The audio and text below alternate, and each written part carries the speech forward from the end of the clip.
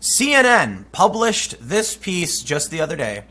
Mueller's report looks bad for Obama. To put it simply, Russian election meddling started in 2014. Obama knew about it, and they did nothing. Now, it is important to point out, as CNN does, that the writer Scott Jennings is a former special assistant to George W. Bush and a former campaign advisor to Mitch McConnell. And then they go on to list more about his work. Point is, likely a conservative guy, but it doesn't make his point any less valid. And I think when it comes to politics and the culture war, we have this problem of people assuming that simply because someone's liberal or conservative, their point isn't correct, or at least worthy of being considered. In this instance, I think it's fair to point out, Obama knew what was going on. I mean, think about it. Hillary Clinton was complaining about Russians, hacking and all that stuff in I think it was 2015. Where was Obama? Where was our intelligence apparatus in this country to do something about it before the election took place? And because they didn't, we ended up with years of complete crap where they kept saying, Trump only won because the Russians helped him. And many of the weird fringe conspiracy weirdos still push that narrative, even though it's very, in reality, just not true. However, I will add, whether or not there was a massive impact of Russian meddling, it is so easy to create the spark that divides the left and the right beyond repair. And I think we're getting to that point, which is why, I've shown that graph from Quartz where it shows conservatives have kind of condensed, but the Democrats have gone like that. The Democrats today are so far left. We need to get rid of the extremists on either side. Fortunately for this country, only one side has been adopting a new group of radical extremists as mainstream. The reason I say this is fortunate is because we don't have extremist Republicans. We just have one side that's extreme, and we need to do what we can to bring people kind of back to the center and get rid of the extremists. And again, to clarify, it's not a good thing. It's just fortunate that it's not both becoming insane. While it's unfortunate both sides are kind of moving apart, we got to deal with the far left extremists if we're going to stop this. It's like this. You got both left and the right, and the left went like that. So they like to claim, this is actually rather hilarious. When I see progressives claim that the Republicans are the ones who have gone far right, they call Tucker Carlson far right, and it's like, wait, hold on. Tucker's been on TV for a decade, more than a decade, okay? He sat down with Cenk Uygur, and they shared their opinions, and they agreed on many things. The far left is creating this narrative that they're mainstream, and if that happens, there's no repairing the damage. There's none. Because they view regular conservatives as extremists, when in reality, regular Democrats and regular conservatives agree on many, many things and can have normal, sane conversations, while they probably begrudgingly don't like each other. The far left is literally calling conservatives Nazis. So we got to get rid of these extremists, but let's read on. The partisan warfare over the Mueller report will rage, but one thing cannot be denied. Former President Barack Obama looks just plain bad. On his watch, the Russians meddled in our democracy while his administration did nothing about it. The Mueller report flatly states that Russia began interfering in American democracy in 2014. Over the next couple of years, the effort blossomed into a robust attempt to interfere in our 2016 presidential election.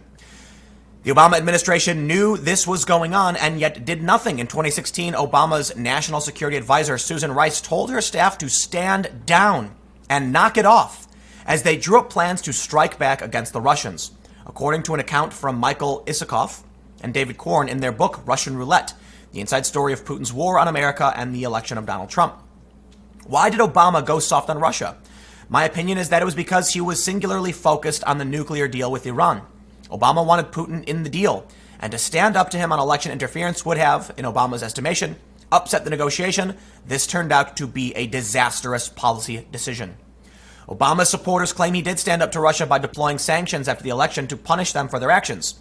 But Obama, according to the Washington Post, approved a modest package, with economic sanctions so narrowly targeted that even those who helped design them described their impact as largely symbolic. In other words, a toothless response to a serious incursion. But don't just take my word for it that Obama failed Congressman Adam Schiff, who disgraced himself in the process by claiming collusion when Mueller found that none exists, once said, the Obama administration should have done a lot more. The Washington Post reported that a senior Obama administration official said they sort of choked in failing to stop the Russian government's brazen activities. And Obama's ambassador to Russia, Michael McFaul, said, The punishment did not fit the crime about the weak sanctions that rolled out after the 2016 election. This is one thing that people don't seem to realize when it comes to electing a president. As I pointed out in my videos the other day, I can't remember which one, you are not just electing someone to pass domestic policy. When you see, so let's target the Democrats that I like, Andrew Yang and Tulsi Gabbard. Tulsi Gabbard has, the $15 minimum wage and a bunch of other policies that are domestic issues. The president doesn't set domestic policy; Congress does. The president can veto it. The president has some sway and influence in these in these decisions, but the president is the head of the executive branch. That's basically law enforcement and our armed forces. People overlook what the president is supposed to really be doing. Now, okay, I get it. The president does a lot of things. The president holds positions of power. The president can veto bills. It's a lot of power for one individual. But we need a president who knows how to defend certain principles and prevent something like Russian election meddling. Obama was charismatic. Obama was absolutely terrible on foreign policy. And don't take my word for it. We know the Russian meddling happened. We know the Russians were interfering. The Mueller report says 2014 and Obama did nothing. I'll tell you what Obama did, though. He blew up a bunch of kids. He would send drones to go and blow up young men and claim, during the Obama administration, they claimed that a military-aged male was an enemy combatant. I kid you not, there could be someone carrying a bucket of water and they blow him up and say, enemy combatant. No, they're civilians being blown up by Obama. Obama killed several American citizens overseas without charge or trial. I believe it was 4. One of them was a 16-year-old kid sitting in a cafe in Yemen. Why are we drone striking a country we're not at war with? I have no idea, but that was on Obama's watch. And Obama had something called the disposition matrix. You know what that is? They call it the kill list, where he received what they described as baseball cards with the statistics of certain individuals that they should kill. And it's funny, because when the Julian Assange stuff was happening, Hillary Clinton, apparently, she says it was a joke, when talking about Assange, she goes, can't we just drone this guy? And people are like, he's in London. But I'd be willing to bet if he was in a country, in the Middle East, yeah, they'd drone strike him. So let's talk about Obama's foreign policy. He killed kids. He killed American citizens. He blew up women and children. There's a joke, right? It's a horrifying dark comedy joke it was on Reddit. I don't know, a month or so ago. I saw it's here. So, you ready for this? What's the difference between a grade school and a terrorist headquarters? I don't know. I just fly the drone. That joke came out during the Obama era. At least my understanding. I mean, maybe it came out during Bush, but my understanding is in the Obama era, because we were hearing so much about how the drones were blowing up civilian buildings. Now we have this story, and once again we can see the failures of Obama. And it really, really makes me angry how people act like Obama was so great. What? Some domestic policy that was passed by Congress at the time, and Obama signed it off? But what did he do? When Russia started interfering and they knew, what did they do? Nothing. The president is supposed to stand up to foreign interests that are interfering with our government, with our policy and our agenda, and they're not supposed to go and blow up weddings and women and children and other stupid bullshit. But that's Obama's legacy. And you know what's really annoying? All that it really comes down to, because perception is reality, that's the saying, right? Obama spoke well. He was charismatic.